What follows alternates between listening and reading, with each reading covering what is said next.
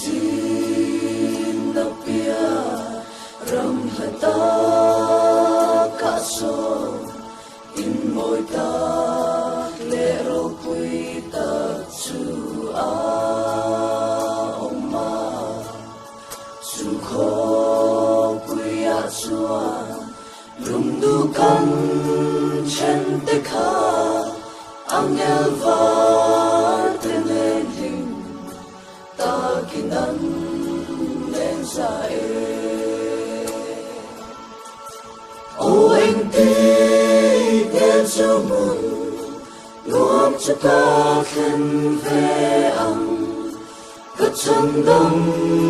tung ta ta mình buồn say rong chữ khóc quê mỏi chữ lâu karang lung tu chu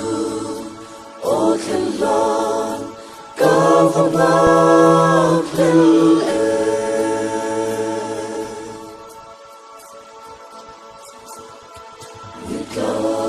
LIKBKTP ram heta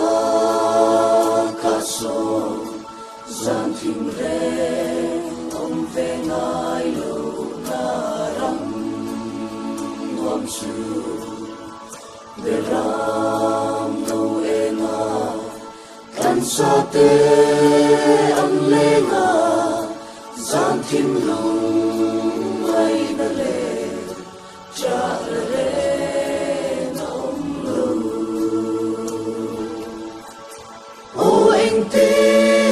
nghe cho mun nuông cho ca khen về âm cất chân đắm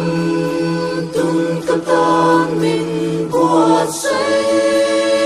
răng chữ khóc quê mỏi chữ lâu karang lung tu chu o khen lan ca vang lạc lên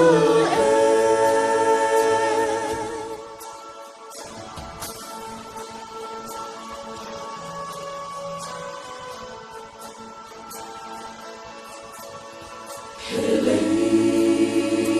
song lung du in chen nak mun loài thì nu la in chen na ram an si cầm cha tuan khóc quỳ khi ngất khen về hun chua he lấy she om na ram khi không ai to lo vang o anh ti nghe cho mun nuông cho ca khen về âm cất chân đắm tung cất tan mình buồn say răng chữ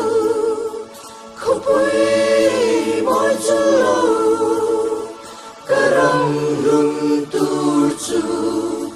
o khen lan ca vang lạc lên o khen lan ca vang lạc lên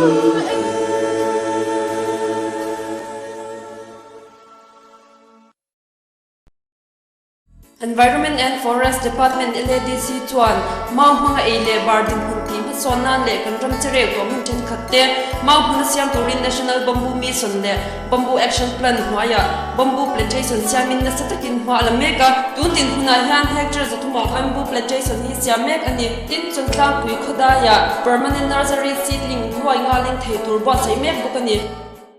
Environment and Forest Department in Ramusiam to Ramma Lagnokanga, Mipuitin Ramle, Manita, Aniti Shia, Sorkar Malagna Troy Omakantale, from the same Turin Kaningena, Nungza Tele Ramsa Tenzalian Taka, Kanbulan on Vethainan, Ramgochai Siam Changu.